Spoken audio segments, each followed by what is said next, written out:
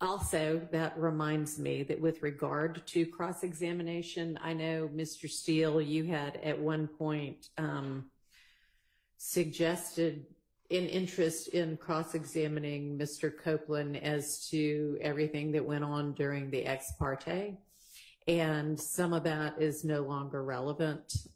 So anything, I mean, if you want to cross about things that the state said to him or that he said to the state, that's fine, but we have, I think, both circumvented and the whole coercion issue, and he has now been properly and correctly advised by this court and had the advice and counsel of 3 different attorneys that I know of.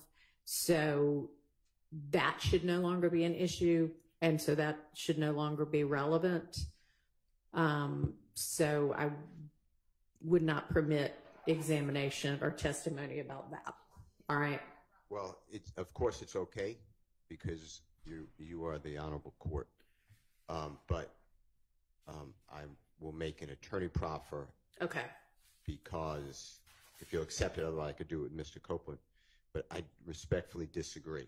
Okay. Mr. Copeland, on the 7th of June 2024, stated, and in my way I understand the law, he doesn't have a Fifth Amendment, but he refused to testify. And correct. And he used the Fifth Amendment as whatever, his statement.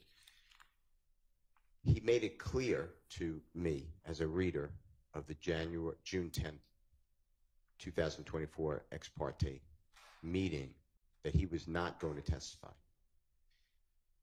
He said in court, outside the presence of the jury, that he was pressured. Please check the record with Ms. Winfrey. If he didn't use that word, he used a similar word. He would never have testified except for that ex parte meeting where Judge Glanville pressured him, as well as Ms. Hilton. So I believe that it does go to his state of mind while he started to testify. Your Honorable Court, correctly, in my understanding of the law, told him what is his options and how long he's looking in custody, and told him, I believe, the decision's his. The legal decision, though, will trigger you to have to exercise your discretion and hold him in contempt. So I believe that the jury gets to determine that information. In addition to that, Judge Glanville was with us since January 4th of 2023. This jury is all selected from the very first panel. To me, he was biased in front of the jury. I understand that what you said, that, no statement, I appreciate what you said. No statement made by the former court disparaging of lawyers should be considered, or whatever the words were. But there's also going to be a jury instruction that nothing that the court says is intimated an opinion. And I disagree in this case with that instruction. I'm going to object to that instruction. And I need the jurors to understand that Judge Glanville, I will make it clear. I will make it clear. I will make it clear I am excluding this honorable court. But Judge Glanville pressured him. And I will argue to the jury that Judge Glanville was biased. And that is admissible because it all happened in front of the jury. And from just Judge Glanville's demeanor, and I'm not here to hurt Judge Glanville. In fact, I like Judge Glanville. But I don't know what happened in this case, but I liked him before this case. But the way he conducted himself to people in this courtroom, I've never really seen a judge do. So I want to ask Mr. Copeland, it is very important to me to explain that he was taken against his desire into Judge Glanville's chambers, that he was with Judge Glanville, Miss Hilton, his lawyer. I'll make it all perfect. If I don't, you could admonish me and the state can correct me, but I'm not here to snowball anybody. But to say that I can exclude statements of Judge Glanville and, most importantly, the conscious or subconsciousness of this witness, because I believe, and I've not spoken with him, Your Honor. I've not spoken with his lawyer about it.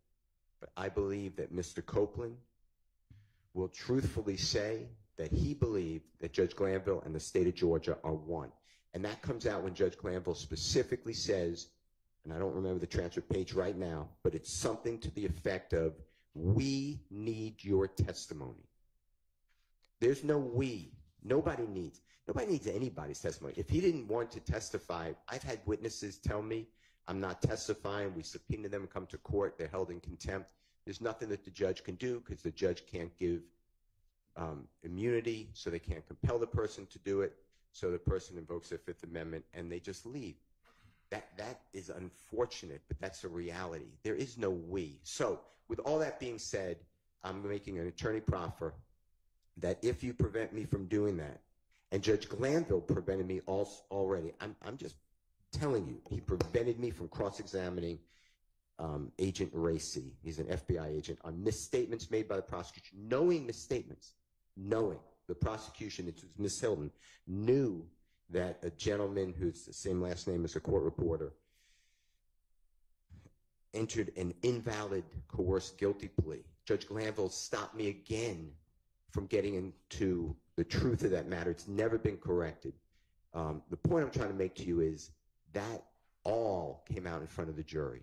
So yes, I am going to intend to do, I will follow your rule, obviously, but I intend to cross-examine Mr. Copeland, not only what was said by Ms. Hilton, but what was said by Judge Glanville. I will be respectful. I'm not here to,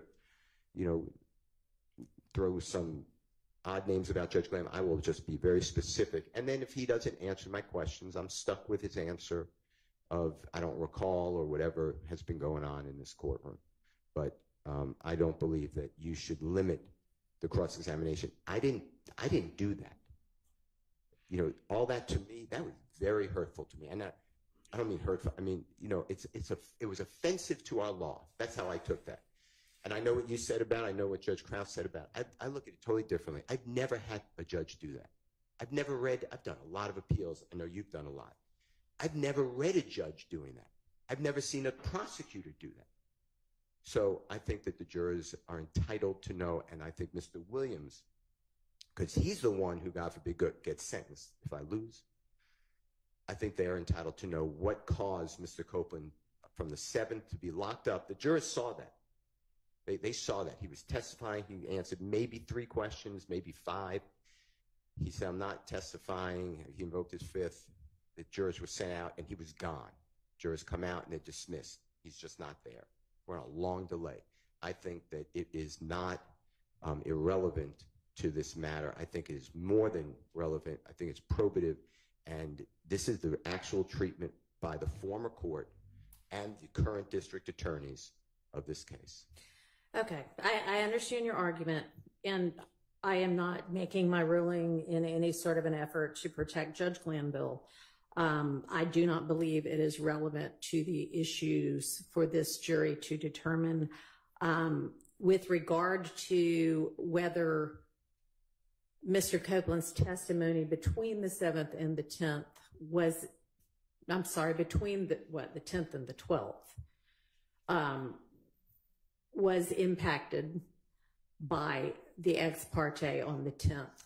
I asked everybody, do we want to do the entirety of Mr. Copeland's testimony over? And everybody said, no, we want what got testified to between the 7th and the 12th at 3 p.m. So y'all had the opportunity to have it all done over, and you chose not to do that. You can ask him about the immunity and whether he'd be testifying without being ordered to. That's fine. But beyond that, the ins and outs of what happened in the ex parte with regard to whether there was a biased judge or not are, in this court's legal opinion, not relevant to these issues. And honestly, even the we need your testimony, Judge Glanville had made a determination that Mr. Copeland's testimony and compelling that testimony by an immunity grant was in the public's interest.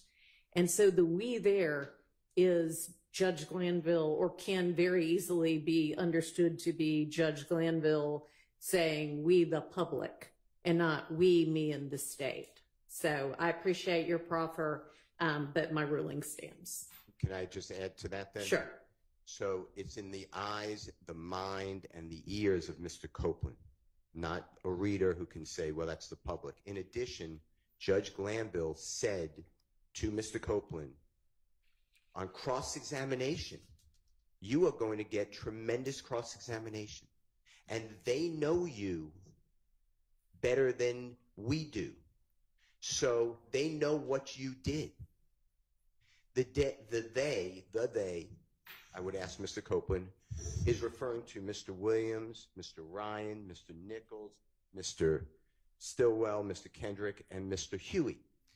And that presumes guilt, because Mr. Williams does not know the reality that Mr. Copeland has done all this other things, like pull a gun on Mr. Watts that he admitted today, shot into a barber shop that he admitted to understand. These are outrageous conducts. For Judge Glanville to make that statement, yes, the jurors should hear about it and the effect of Mr. Copeland. And you are respectfully taking away the opportunity that we are all given. Judge Glanville did this to a witness that's currently testifying. And if you don't realize this, because this is, I think your first witness. This is a big witness. He has been spoken about the entire case. I opened on him. I said that Mr. Copeland killed Donovan Thomas. To remove this, I believe, is going to be under the analysis of, has to be harmless beyond a reasonable doubt, because it's a constitutional violation. So I'd ask you to listen to the remainder of the June 10th, 2015 statement, because he's going to talk about, he already has, and if you can't understand it, the transcript seems to be, in my opinion, fairly accurate, where he talks about Mr. Williams. And if he didn't testify, none of this comes in. I think the jury gets to know that and why he testified, and it was because Judge Glanville held hands with Ms. Unlove and Ms. Hilton, and they coerced this man to testify, pressured this man to testify, whatever his words would be. So I ask you to just, I understand your ruling. I'm going to follow your ruling. I hope I made a good attorney proffer on cross, but those are the topics I would go in. I would not go into, and he also was, by the way, I have, based upon information, belief, he wasn't fed and did not drink from Friday when he was held in custody until Monday when he's in that star chamber. So I think that goes to his frame of mind as well. So, and when I say he, I'm talking about Mr. Copeland. And he was put into a jail in DeKalb County where the system was down, at least that's what he was told. He couldn't contact a family member. So I think that all that adding up to make his determination that, yes, I think that it's a corrupt system and the judge and the DA were going to hold me for not only this trial, but who knows how long 26 people can dispose of their case. All right. Well, that part we definitely dealt with. If he was not given, or you have reason to believe he was not given food or drink between Friday and Monday, that's something that certainly should have been raised in the coercion motions that several of you filed, because that might have impacted between the 10th and the 12th. But again, you all decided you wanted the testimony between the 10th and the 12th. And that was a strategic decision on your part because you believed that there were beneficial things that he said during that testimony. I think that advice that these defendants, through their attorneys, would vigorously cross-examine Mr. Copeland is correct and accurate advice, and that these defendants know him better than the state's attorneys know him. or anybody else is not inaccurate as well. If you would like to, understanding the parameters of my ruling, provide some questions that you believe should appropriately be asked, I'm happy to consider those. And it may be that there are, I mean, you can absolutely, again, ask him about the immunity grant and the, you know, even right now, whether he is only doing this because it's avoiding jail for him. That's fine. You could explore that completely. All right. You know, you say it to Mr. Shard all the time, and I always tell him, don't say okay, because it seems like you're waving it. So no, it's not. By which I mean, all right, do you understand? Not all right, do you accept my ruling? Because I know you will abide by it, but you do not agree with the correctness of it. Yes. And then the last thing I'd like to say, if I may. Yeah. When this honorable court said I didn't take up the opportunity to strike the entire testimony from the June 10th to the 12th, that's the law. The law is until that motion is filed of recusal. So I'm following the law, and there were beneficial points. I mean, you just read the transcript where he testified under pressure or not, but that is in the case. So I believe that I have a right to ask him about, you know, those days before you took over, before you gave him the proper admonitions and the correct law. So that's okay. All. Thank you. So that the record is clear, I am suggesting that obviously the law with regard to the timing once a recusal motion has been granted, what you have to undo. Yes. What I'm saying is if you believed that there was coercion starting at some point earlier than that, based on a lack of food and drink or any kind of treatment like that, then that could have been brought up, and y'all chose not to bring that up or not to make that argument. And you all could have agreed to redo the entirety of the testimony, or you could have asked to redo the entirety of the testimony on the basis of it having been coerced, and I would have considered that. Well, at the time, I was following the court's order, which I didn't think I even needed an order, but that I could cross-examine Mr. Copeland on everything that happened on the ex parte meeting. And that's when I made my ruling, or not ruling, sorry. That's when I said, I don't want it out. In addition to that, I didn't want it out because I want to cross-examine him on why he did it. It's part why he testified from the 10th to the 12th. That's part of the case, and I think that it goes to the jurors. The jurors are entitled to know who the prosecutors are and who the judge was. And it goes to their bias, their interest in the case, and their motivation on how they are prosecuting this case. So. Okay, I don't think that any order that I issued led you to believe that you would be able to, well, it may have led you to believe, but I don't think it should have reasonably led you to believe that you would be able to explore anything about what Judge Glanville said or did during that ex parte. I think that it was clear to me, whether you said it or not, the way I understand the rules, that that's a part of this case, that's a part of this witness, and it comes out on cross or direct examination. The prosecutors can sit here and say now, maybe they're going to do it. I have no reason to believe that they are or not. But Mr. Copeland, we had a misunderstanding on June 10th, and we had a meeting with the judge, and your lawyer was there the whole time. They could do all that as well. But I don't see handcuffing Mr. Williams' lawyer on cross-examination when it is a reality case. Just like Mr. Copeland went out and spoke on a jail call and made statements about things. That's his state of mind at the time. It may be relevant. I think it's relevant here. I think it's relevant that Judge Glanville did this and Miss Hilton did this.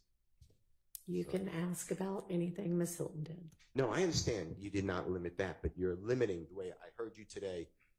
I have to almost excise Judge Glanville, and that's what I'm objecting to. All right.